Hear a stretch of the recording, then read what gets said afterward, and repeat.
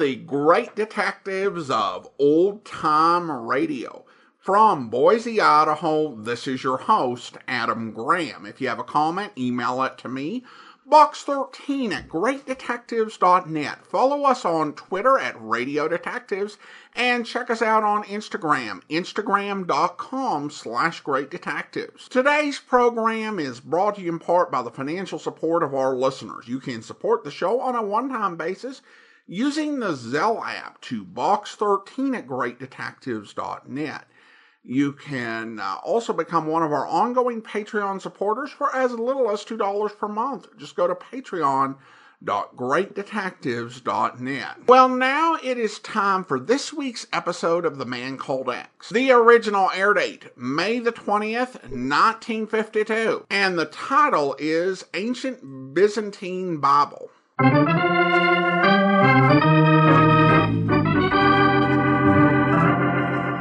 Listen to Herbert Marshall as The Man Called X. Wherever there is mystery, adventure, intrigue, in all the strange and dangerous places of the world, there you will find The Man Called X.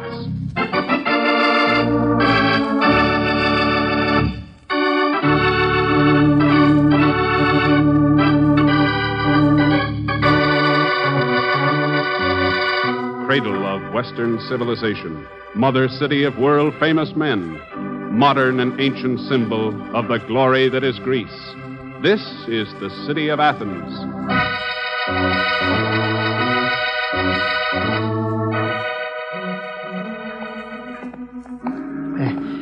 You're sure everything's all set, Grisha? There's no chance for a slip-out, eh? Believe me, my darling cousin Pegon, you got absolutely nothing to worry about. I swear it by the father of my father of my father. Huh? I knew it. You're lying to me. Give me back my money and let me out of this thing. Pegon, you wound me deeply. I have allowed you to buy a half interest in a genuine Byzantine Bible. Oh, sure, for $50, when I could pick up all the Bibles I wanted for nothing, in any hotel room. Of course, my darling cousin. But would they be worth $50,000? And all you got to do is take it in that bookstore and give it to a man by the name of Santos. He'll give you the Mazuma, and we'll split it right down the middle, 60-40. Well, okay, I'll take it, but believe me, Grisha, if I find out that you double-crossed me in any way... Pegon, how can you say such a thing? After all, we are both Welshmits. That's just what I mean. Oh, well. Oh.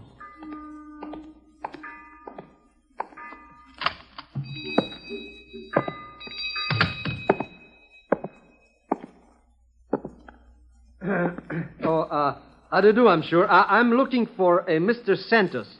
Would you by any chance be him at... like I was saying, I got here a beautiful deluxe edition of a Bible that's worth maybe $50,000. Hey, why do you sit there looking at me like that, huh? Why do you... Oh, you're dead. You're dead. Let me out of here. Let me... Help! Mr. Drake! Help!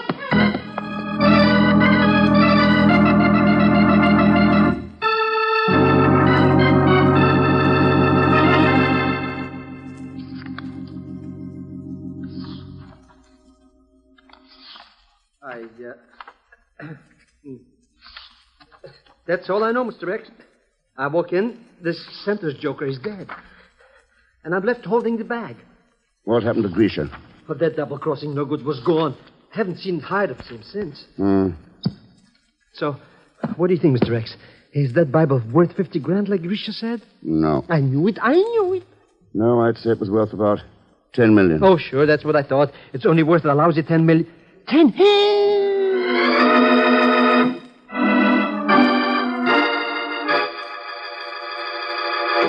a minute, Ken. Will you please make sense?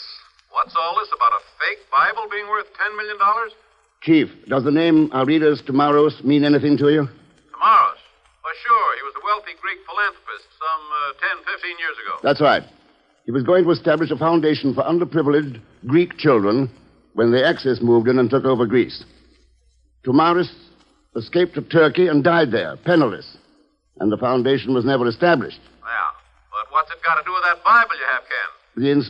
The inscription on the flyleaf says it belongs to the Tomaros family. Sorry.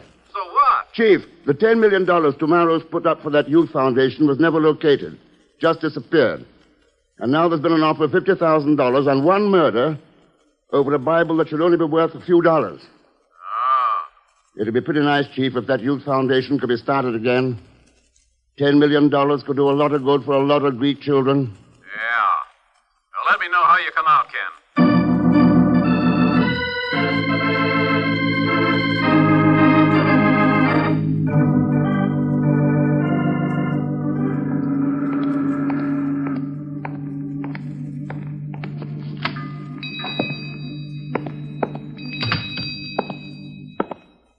Good afternoon, sir.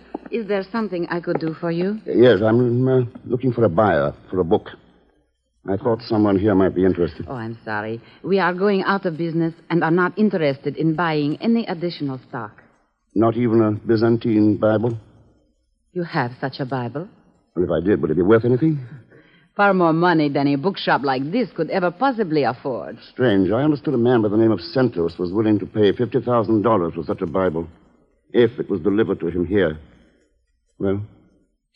You are mistaken, sir. No one by the name of Santos is known here. Then what was the name of the man who was murdered here about an hour ago? No one has been killed on these premises. A call to the police should convince you of that. Oh, I've already called them. They've had no report of any murder here. But you are not convinced. No. Why not? You didn't pull that rug over far enough. What? That red stain on the floor is still showing. Anything more you'd like to tell me before I go? Nothing. Okay. You can find me at the Janitsa Hotel if you change your mind. I can give you assurance right now that you have seen the last of me, Mr. Thurston. I might almost believe that, except for one thing. And what is that? How you knew my name when I hadn't mentioned it. Bye.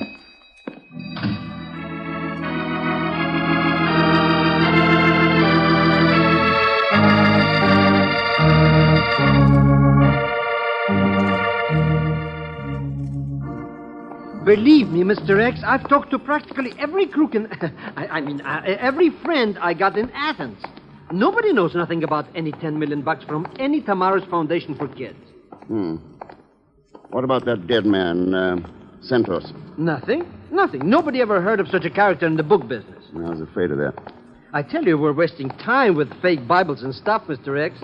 And we should ought to concentrate on a good legitimate business, like stolen diamonds. Diamonds? That's right. He's making a fortune in it. Who is? Mr. Santos? What? Oh, sure. He's the biggest fence in Athens. Handles more hot rocks than the fireman in a clinker factory. Pegon, if you don't stop making sense... But I'm making sense, Mr. X. I am, really. The only guy named Santos in this town is a crook. And besides, he's alive. Where does he hang out? Oh, he's got a little joint over Messina Street. But he isn't... Thanks. See you later, Pegon.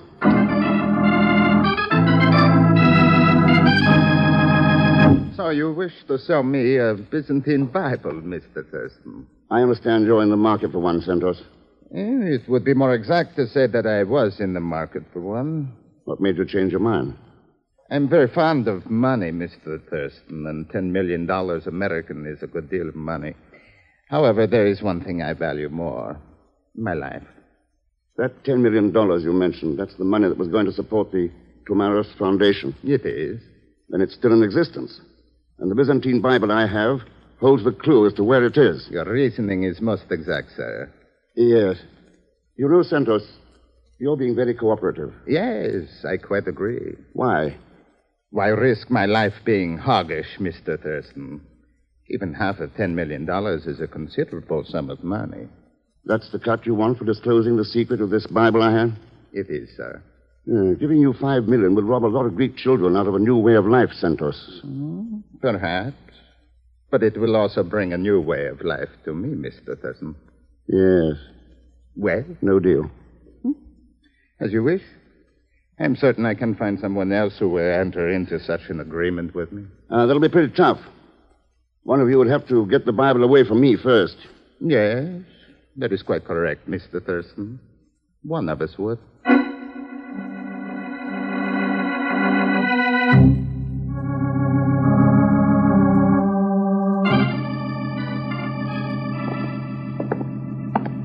So you finally found your cousin Grisha. That's right, Mr. X. He's waiting for us up here in the hotel room. Did he tell you where he got the Bible? He wouldn't tell me nothing. But now we'll learn what it is all about when we can... That is far enough, gentlemen. She's got a gun. She's got a gun. Well, You are not surprised to find me here, Mr. Thurston? why should I be? I told you we'd meet again. Grisha. What happened to Grisha? That rather obnoxious little man I found here when I came in, he's gone. I was afraid he would interfere with my search. For my Byzantine Bible. No, Mr. Thurston. For my father, Aridas Tomaros, and the $10 million that he stole from me.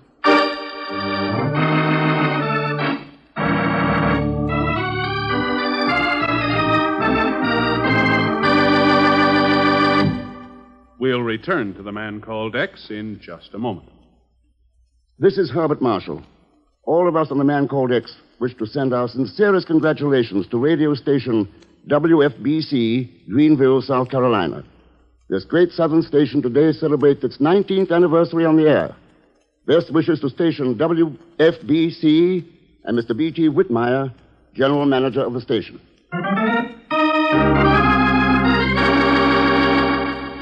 And now, Act Two of The Man Called X, starring Herbert Marshall, with Leon Belasco as Pegon Zellschmidt.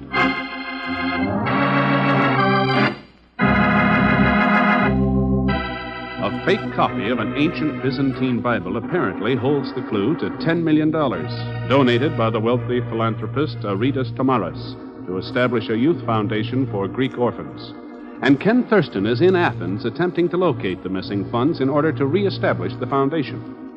And now, in his hotel room, he and Pegon are faced by a strange young girl who holds them at gunpoint. No, Mr. Thurston. I am not after your Bible. I am looking for my father, Aridas Tomaros, and the $10 million that he stole from me. So you're Aridas' daughter? Yes, Zerta Tomaros. As though you did not know. As a matter of fact, I didn't. And I didn't know your father was still alive. Or that he'd stolen $10 million from... Let's have that gun. Oh, you... Thanks. Stop that. What? Thank you, Mr. Thurston. Now, suppose you tell us what this is all about, Mr. Tomaros. And what you mean by looking for your father when he died penniless in Turkey a number of years ago. That is not true. He left my mother and me here to starve under the occupation, while he lived on the fat of the land in Turkey, with the $10 million he had stolen from us, from the foundation. Who told you all this? Santos? Yes. He had been associated with my father before the war. And the man who called this morning verified it. What man? Well, he didn't give his name. He only said that my father was here in town and that he had our family Bible with him and that I could have it to remember him by if I was willing to pay 50,000 American dollars for it. Yeah. Where did I come in? How did you know about me?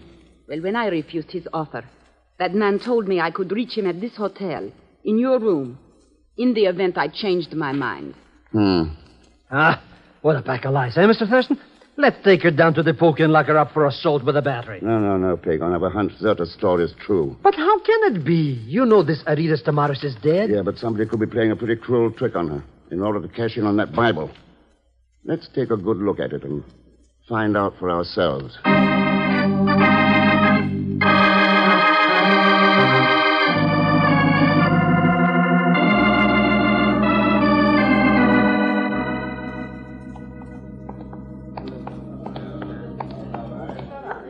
Good afternoon, Mr. Thurston. Is there something we can do for you? Yeah, I'd like to have that Bible I left here in the hotel safe. Oh, of course, the Bible. I'll get it for you.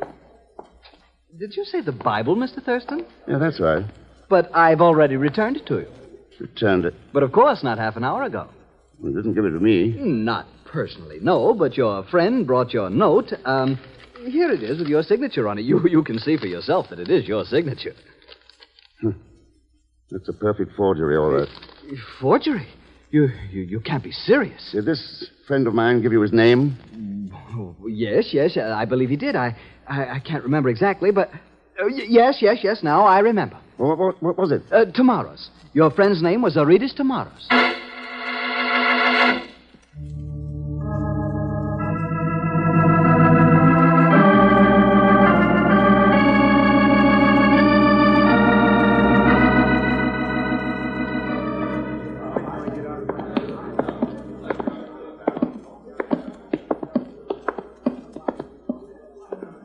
This the dive where you found him? That's right. Boy, what a bunch of throat cutters hanging around, eh, Mr. X? My dear friend, Mr. Thurston. Isn't it rather unusual to find a gentleman like you in such a squalid atmosphere? You seem to be at home in it, Santos. Of course. In my business, one must frequent the haunts of one's customers. Smugglers, jewel thieves, others of that ilk. Yes. What about people who have stolen Bibles to sell? Yes, you are quite right. Where is he, Santos? Who, Mr. Thurston? Grisha Zellschmidt. Surely you do not suspect Grisha of having stolen your Bible. Only 2 people could forge my signature that well. And Pegon was with me. In the face of such insuperable logic, any denial would be useless. When last I saw him, he was in that back room. However, Mr. Zellschmidt no longer possesses the Bible. Oh? Who did he sell it to? Poor Grisha could not inform me. He appeared to be rather dead.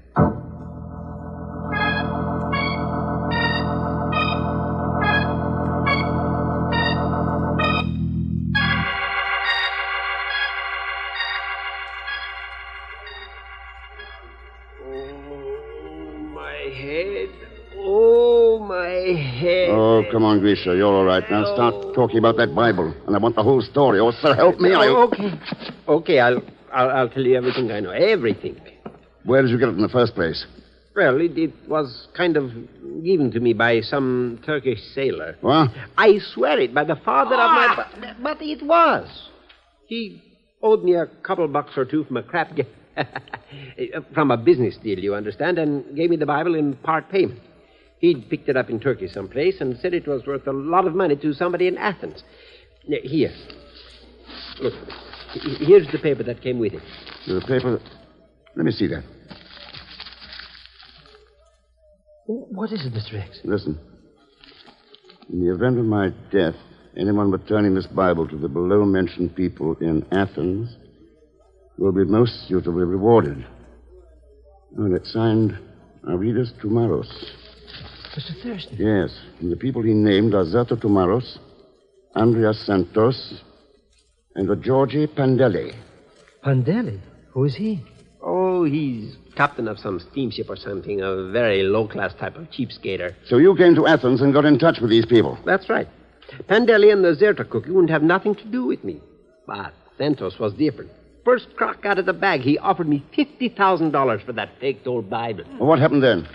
Well, after Pandeli knocked off Santos' pal in the bookstore, he called me. He said he was ready to do business. But you already had the Bible in the safe, so I took it and brought it here to Pandeli. Only that dirty crook knocked me subconscious and didn't pay me nothing, and that's all I know. Boy, not even in my best lying days did I ever come up with such a wallapazooza like that. Well, it could make sense, Pegon. It could? Sure. And we're going to pay a visit to Pandeli's ship to prove it.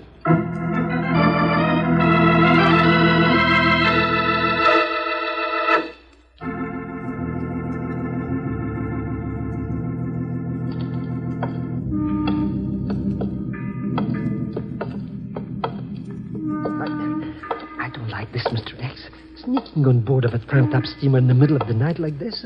We didn't sneak aboard. We're paying an open visit to Captain Pandeli. Yeah, but... Come on.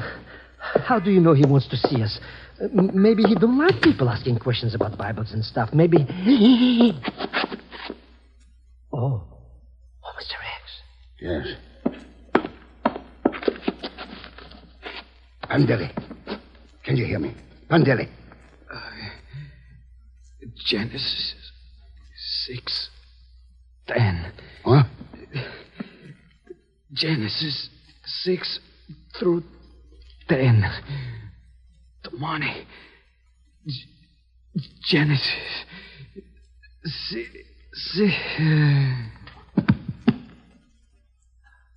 Mr. Thurston. Yes. So we got here too late. He's dead. Bible's gone. Now we'll never get the dough for Mr. Tamaros Youth Foundation. Why give up so easily, Pegon? We've only worked on this about 40 hours. It took Noah 40 days and 40 nights. Oh, that's right. It only took Noah 40 days and... No, you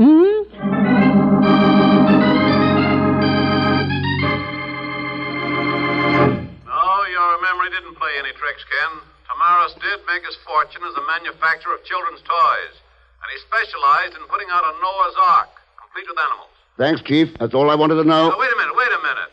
What's all that got to do with finding the $10 million, getting his youth foundation operating again? The answer is in your Bible, Chief. Genesis, chapters 6 through 10.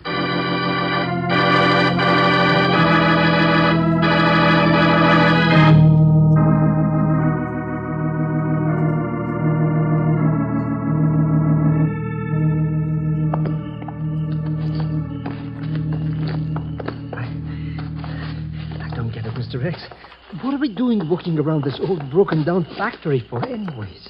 It's where Iridus Sumarus used to manufacture his toys. So what? The place was all bummed out in the war. There's nothing left but old smokestacks sticking up through a lot of rubble. Yeah. Towering over the rubble like a mountain, like the peak of Mount Ararat rising above the waters after the flood. Let's see what's inside the boiler room at the end of that stack.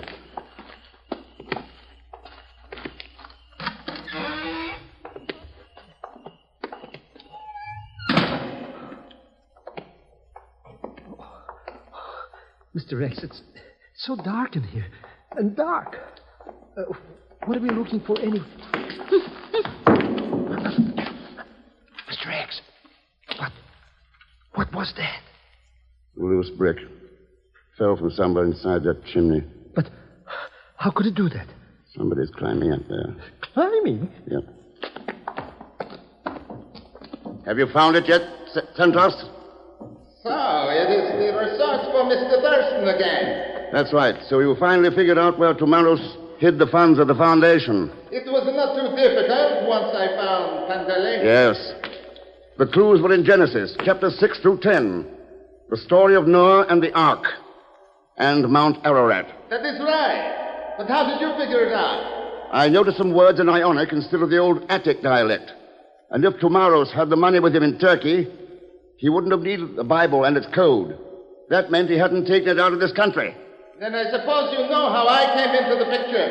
And Pandele. I'd guess Tomaros put those funds into something with permanent value, like diamonds. You could have been his broker. I was. As for Pandele, well, Tomaros got out of Greece some way. Pandele's ship could have been the answer. It was. And now? It looks like his youth foundation is going to become a reality, Santos. You will have to get the diamonds first. I'm coming down first. Don't stand in my way. Take it easy, Santos. That stack is old. Ready to collapse. The concussion from those shots could start it. This way, Pegon, quick. Stay out of my way, you hear? Stay out of my way before I... The stack! It is starting to crumble! It is...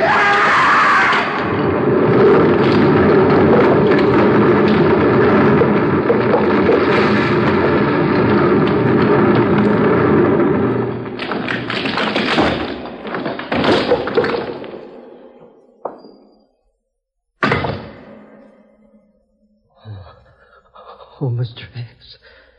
Yes.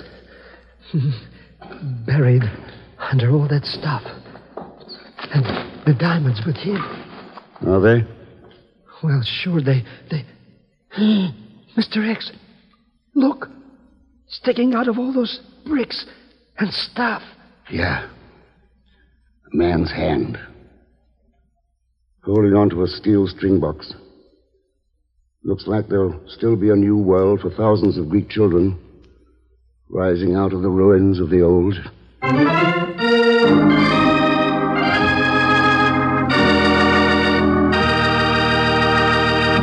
And now, here's our star, Mr. Herbert Marshall.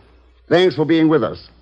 And my thanks to Lucille Meredith, Will Wright, Polly Bear, Harry Bartell, and Stan Waxman. Next week, a story I promise will startle you with the characters involved. One in particular. And that's in addition, of course, to Leon Belasco will be along as Pegon Zellschmidt. So join us, won't you, when next I return as the Man Called X. Good night.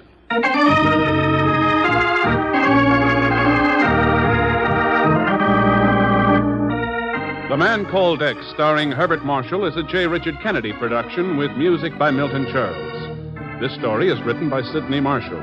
The program is directed by Jack Johnstone. All characters and incidents on this program are fictitious, and any resemblance to actual characters or incidents is purely coincidental. And now, until next week, same time and station, this is Hal Gibney saying good night for The Man Called X.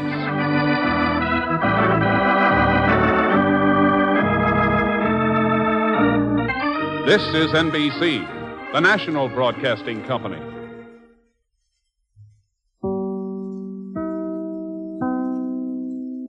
Welcome back. Well, an interesting episode with a few things to note. When Pegon's cousin was talking to him and he went into the whole father of my father's sort of routine, Pegon immediately knew he was lying, which did remind me of something I learned about a root for that particular practice in the program. I'd been listening to a seminary president, and he stated that there was a practice in many nations, back to biblical times, where you would issue an oath, but only those who were on the inside knew whether the oath was true or not. This was something that was referenced in the Sermon on the Mount.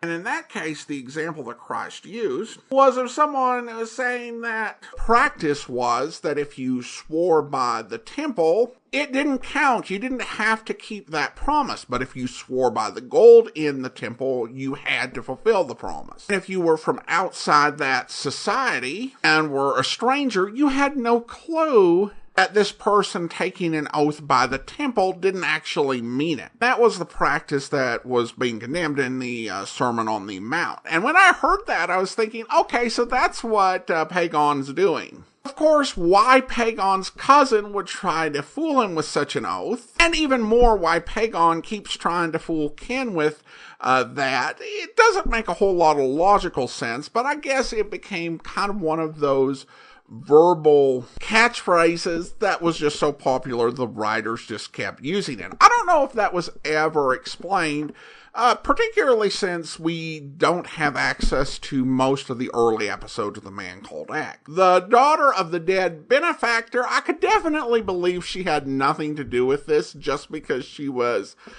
so bad at everything involved. There was the spot of blood on the floor and then her knowing Ken's name when she shouldn't have.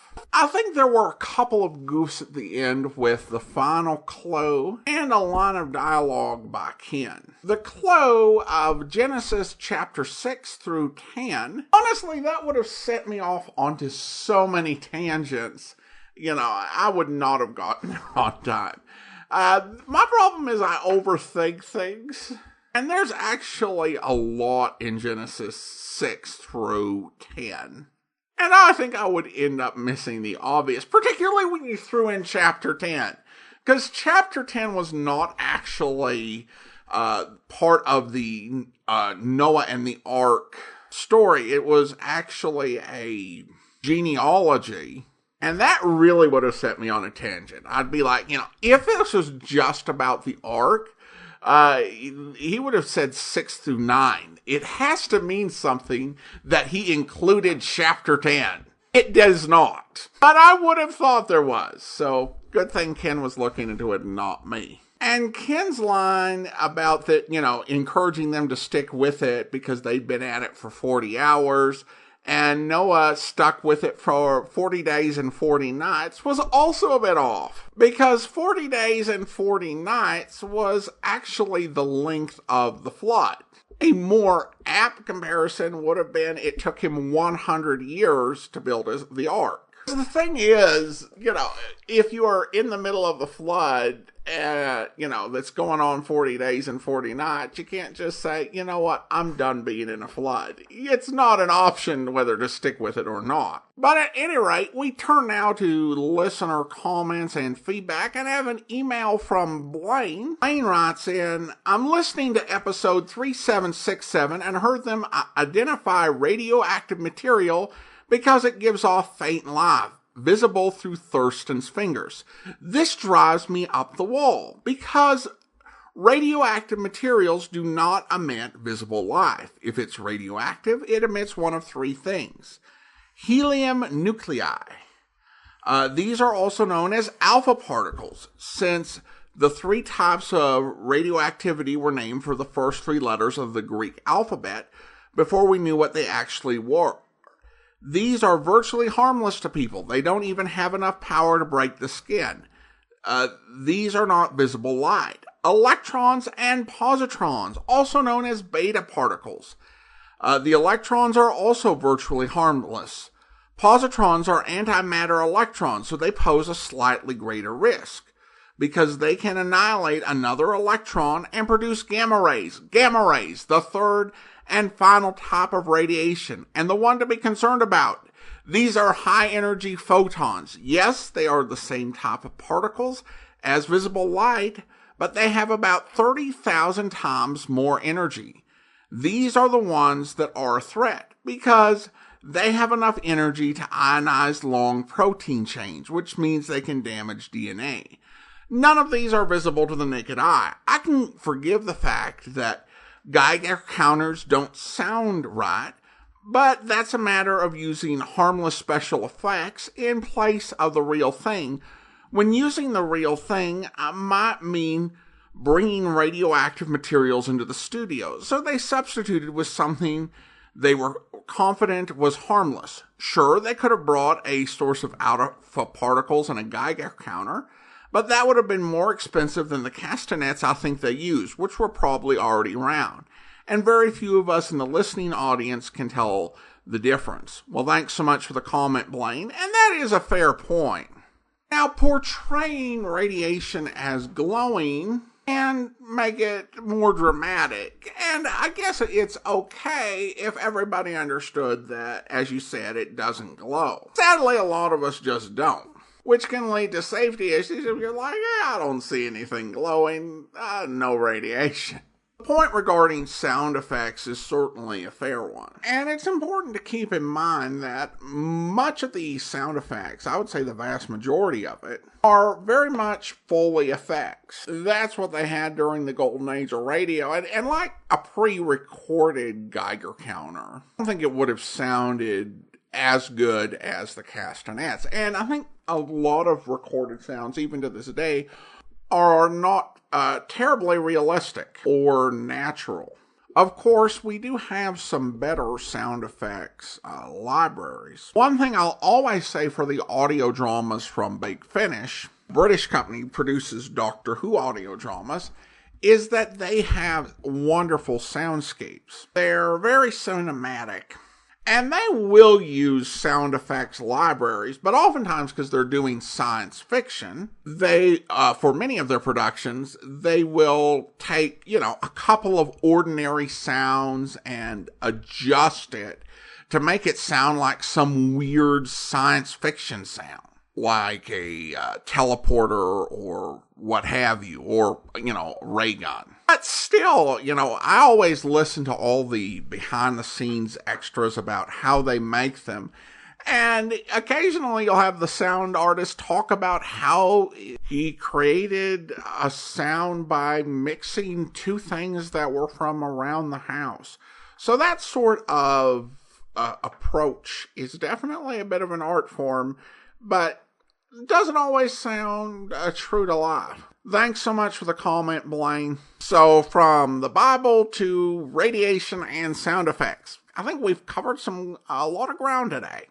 All right, well, now let's go ahead and thank our Patreon supporter of the day. Thank you to Jesse, Patreon supporter since March 2016, currently supporting the show at the rookie level of $2 or more per month. Again, thanks so much for the support, Jesse. And that will actually do it for today. I do want to encourage you, if you are enjoying this on YouTube, but be sure to like the video, subscribe to the channel, and mark the notification bell. We'll be back next Wednesday with the final episode of The Man Called X. But join us back here tomorrow for Philo Vance, where... Hello, Markham. How are you, Vance? Fine, thank you. And you? I'm not sure. Sit down, won't you, Vance? Yes, thanks. I have something on my mind, something important. Of course. Does it have anything to do with the trial you're conducting? Everything. Vance, I left that courtroom today knowing definitely I can get a conviction in the state's case against Joe Cates. And that bothers you? Yes. Every bit of evidence points to Cates being the killer. Yet when we adjourned today, for the first time in my life, I was sorry that I'm the district attorney. Well, this sounds serious, Markham. Tell me about it. I'll tell you as much as I know. Joe Cates was picked up near the spot where Edward Masters was murdered, and we rushed the case to trial, as you know. Tell me the things I don't know, Markham. Perhaps that would be easier. All right. A witness, Bill Miller, saw this Joe Cates follow the victim around the corner. Then Miller and a policeman heard a shot and found Cates bending over Masters' body. The newspapers say Cates threw away his gun and started to run, but the policeman overtook and overpowered him. That's the way it happened, isn't it, Markham? Yes, and despite a letter in which Masters wrote he feared Cates, I'll tell you something, Vance. Cates denies shooting Masters, and I don't entirely disbelieve him. No? No, despite this letter the victim wrote naming Cates as the man who had threatened him. It seems there's rather a complete case against Mr. Cates, but you say you don't entirely disbelieve Cates' claim that he didn't kill Masters. Why? I don't know why. Call it a sixth sense, call it anything you like, but I don't think he did it. I hope you'll be with us then. In the meantime, do send your comments to box13@greatdetectives.net. Follow us on Twitter at Radio Detectives and check us out on Instagram, instagram.com/greatdetectives. From Boise, Idaho, this is your host, Adam Graham, signing off.